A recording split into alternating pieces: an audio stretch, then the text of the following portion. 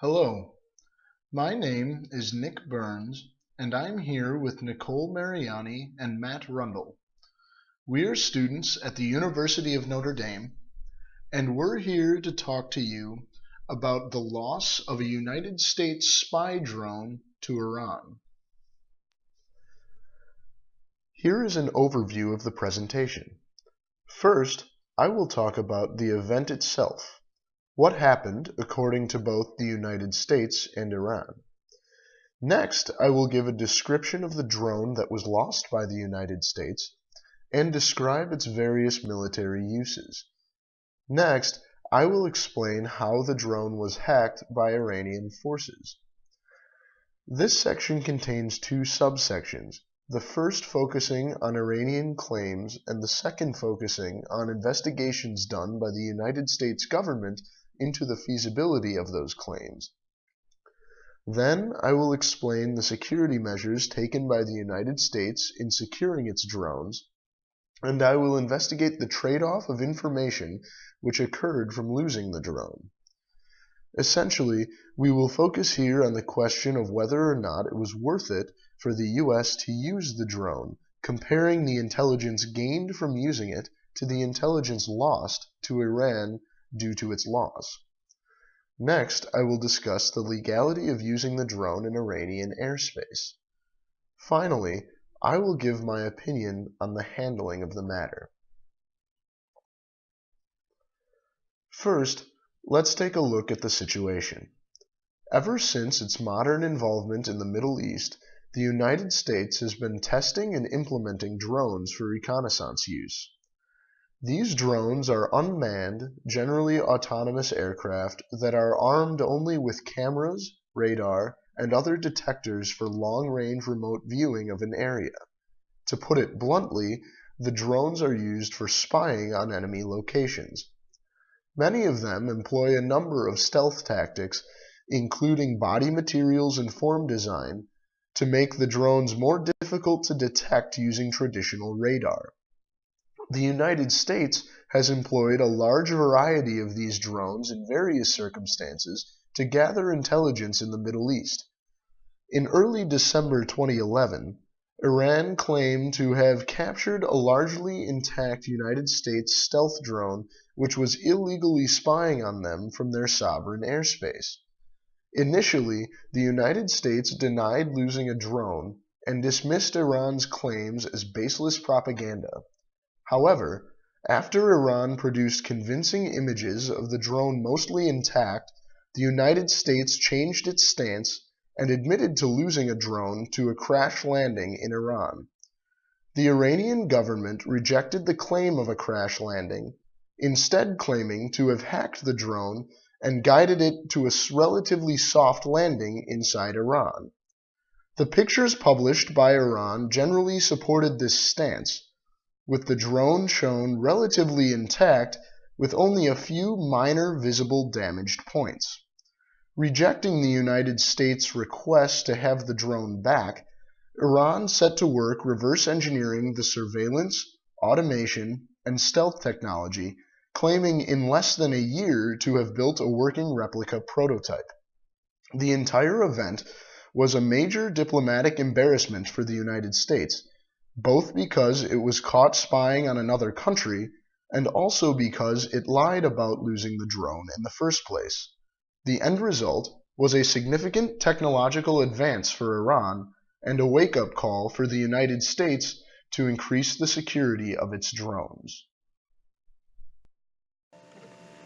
The drone was an RQ-170 Sentinel, an unmanned aerial vehicle manufactured by the American company Lockheed Martin. The drone was purportedly owned and operated by the United States Central Intelligence Agency and was being used to collect information in the surrounding area. Although the internal operations of the RQ-170 drone are classified, defense analysts suggest that the drone makes use of state-of-the-art stealth and reconnaissance technology. This claim is not without controversy, though. Other sources state that the drone was likely constructed with expendability in mind, and so had dumbed-down stealth characteristics that would mean that the U.S. military's most sensitive stealth secrets would remain uncompromised in the event of a lost drone.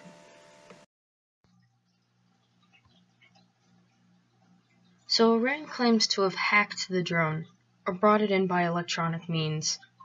They suggest that the way they did this is by a technique called spoofing, which takes advantage of GPS signals in use by the drone. Supposedly, the GPS signals are the weakest part of the drone's engineering. In other words, the part most susceptible to outside hackers. The technique involves two steps. First, the communication systems in the drone are scrambled, which forces the drone into autopilot.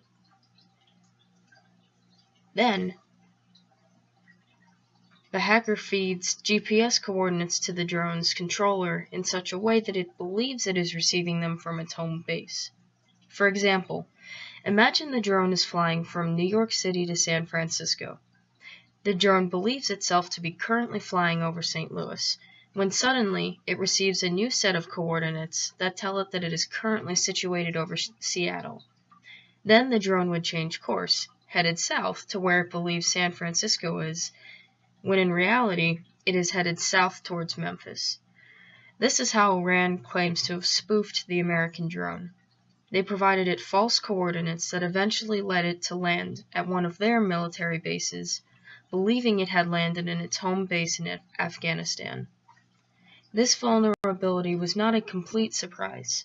The American military knew of the GPS weakness due to previous drone losses.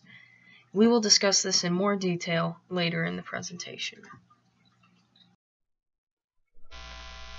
While the method used to hack the drone may sound simple, that doesn't mean it's as easy to implement in practice.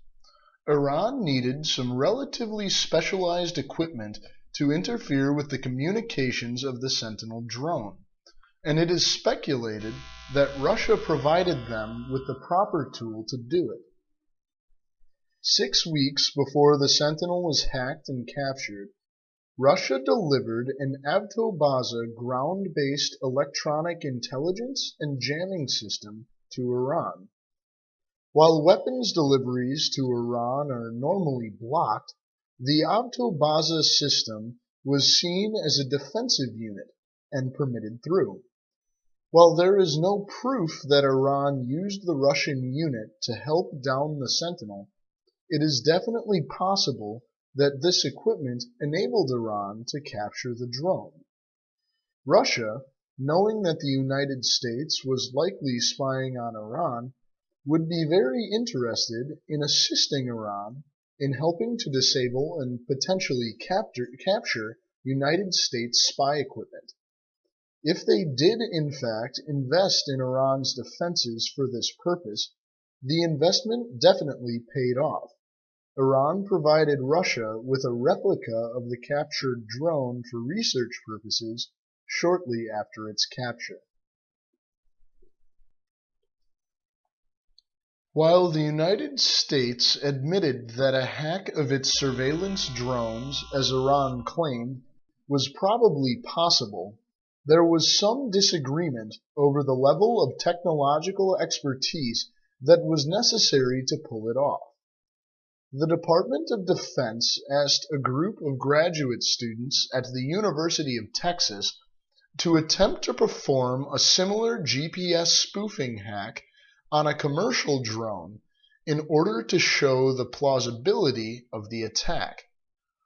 Using equipment costing less than $1,000, the students were able to reproduce the results of Iran's claims.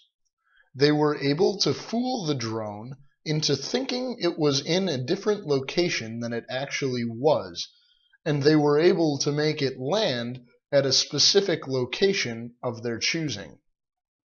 In other words, they had full indirect control over the drone without the drone noticing any problem. While a similar hack of a military-grade drone would likely be more difficult, this experiment showed that Iran's claims were, at the very least, plausible. It was later shown that the United States military had known of the possibility of a GPS spoofing attack, but before the loss of the Sentinel to Iran, the United States simply assumed that a spoof was either too complex to execute or not powerful enough to fully control the drone. Only after the drone's loss was this experiment commissioned to show the plausibility of a spoofing attack. There seems to be two major security issues that should be examined here. The first is how easy it seemed to be for Iranian hackers to take control of the drone. The US reportedly knew about the vulnerabilities of GPS navigation systems, but some sources say that they had neglected, in many cases, to take the steps to secure this vulnerability. It is interesting to note that the US had recently been taking measures to correct this problem in the months leading up to the drone capture. On September of 2011, 2 months before the capture of the drone, the U.S. Air Force granted two $47 million contracts to develop a replacement for GPS on aircraft and missile systems. Was this too little too late? Was the GPS vulnerability even what brought down the RQ-170 in the first place? It's impossible to know for sure without the knowledge of inside classified information. The second issue that should be examined is the cryptographic security of onboard information. The US has known about the vulnerability of unencrypted data streams since the 1990s, and have since taken measures to encrypt all data streams. If the US was successful in correcting this vulnerability and heavily encrypting data on board the RQ-170, it is likely that Iran's claims of 100% data recovery are false. However, if the data was not encrypted, there could have been a significant intelligence loss.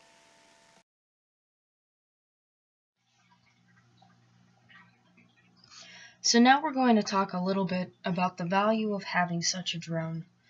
Does the value of using this drone outweigh the potential risks associated with enemy forces acquiring it? Let's weigh the pros and cons of the situation.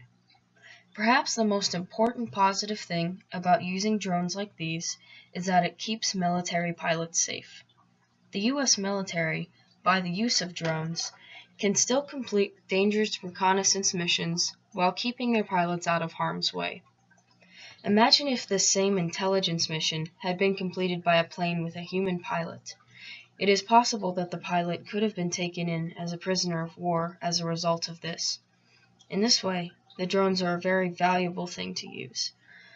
Additionally, the technological improvements that go into the advanced technology in a drone like this can only be a benefit to the military. Through the construction of newer, better drones, we work out the bugs and problems in newer, better technology. Additionally, with regards to this specific drone, it has already been proved that this drone is effective and useful. This very same model of drone was used in acquiring the intelligence on Osama bin Laden's compound in Pakistan, which eventually led to his death. On a related but slightly different note, it should also be taken into consideration that the drone itself is a very sophisticated piece of technology. There is no guarantee that, 1. Iran even had a fully functional drone. In the video they posted online, where they announced that they had electronically captured the drone, its undercarriage is draped in anti-American banners. The fact that they hid the undercarriage suggests that it may have been damaged in some way, which will make the reverse engineering of it more difficult. After the fact, Iran released a video of what they claimed was their version of the drone flying. However, the US military and aviation experts alike do not trust the authenticity of the video. There is a section at the end showing the plane landing, which is disconnected from the rest of the video. It has even been suggested that the model that lands is not the model that starts. The landing model appears to be a smaller initial prototype. Additionally, some frames appear to be computer generated. So while it is possible for Iran to partially reverse engineer the drone, they don't seem to have been able to figure out everything. The Iranian military also made some claims about their drone being able to fly longer and be less detectable by radar. These claims have also been dismissed by the Pentagon and the military. So due to the complexity of the design and to possible damage to the undercarriage of the plane, there is no guarantee that Iran will be able to reverse engineer every aspect of the drone. These are not necessarily positive things about the drone's design, but are things that work in our favor. But there are definitely some drawbacks to using a drone like this one.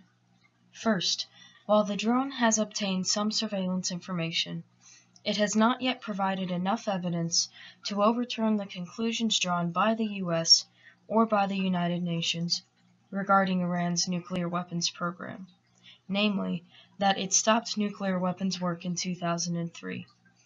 It is generally believed that discovering the truth of this claim was the drone's purpose. Also, some American sources believe that Iran may not have the technical knowledge to be able to reverse engineer the drone themselves, and that they might call on countries like Russia or China for help. These are countries that we don't want to have US engineering information. Last, Iran was able to use their capture of this drone as propaganda against the US. So these are some significant drawbacks to using the drones in case of their capture by another country. US Secretary of Defense at the time of the event, Leon Panetta, said that the drone intelligence campaign would continue despite these risks. If the US military would risk the time, money, and effort of continuing to use these drones, they must be reasonably confident that Iran is being untruthful about their nuclear weapons program, and that our military is capable of eventually uncovering evidence of it. For this reason, and for the main advantage of protecting military pilots, I think that the drones are overall a valuable resource. However, this is provided that the security issues, particularly in the GPS, that allowed this drone to be lost, are fixed. The US eventually did concede that the drone was being used for surveillance purposes within Iran's borders. Disregarding the ethical nature of this action, it is important to look at whether or not the actions by the US were even legal in the first place.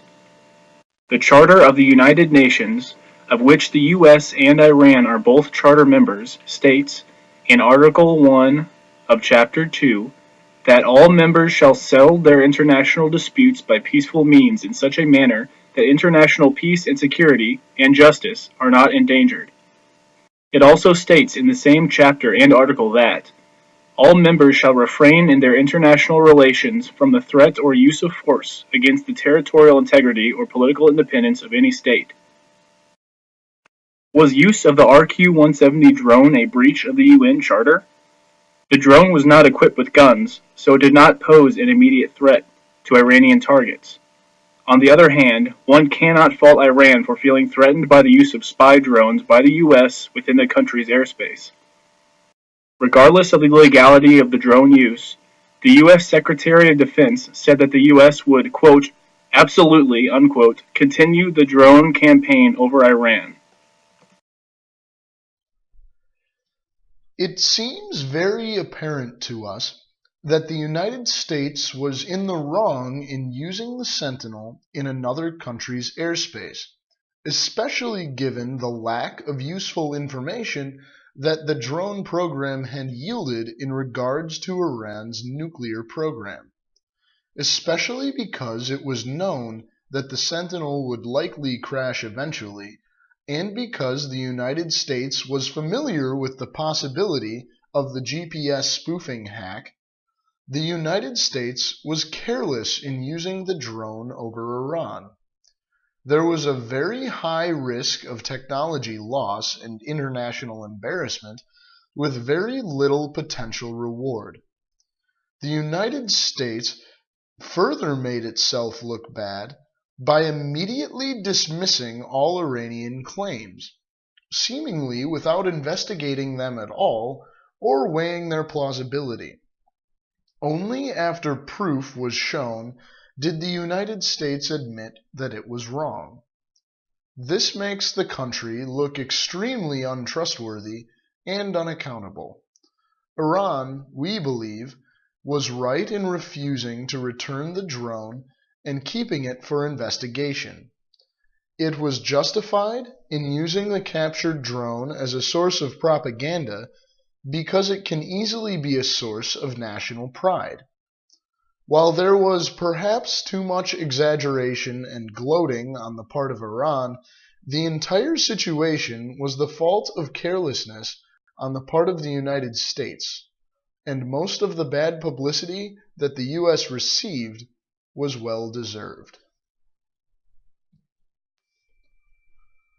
Here is a list of the sources that we used for this presentation. Thank you very much for your attention.